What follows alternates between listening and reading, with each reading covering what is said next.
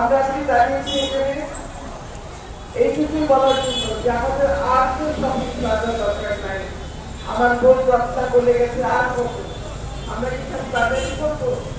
বাজারে কি আর দরকার আছে? আপনারাই বলেন, নাগের সঙ্গে কি আর বাজার দরকার আছে? তাকে একটু বিশ্বাস করার জায়গা দরকার আছে, যেখানে মানুষ একটু বিশ্বাস করতে পারবে, সেখানে বাচ্চারা একটু খেলাধুলা করতে পারবে, সেখানে মানুষ একটু চিরাতে পারবে, গাছের ছায়া উপভোগ করতে পারবে।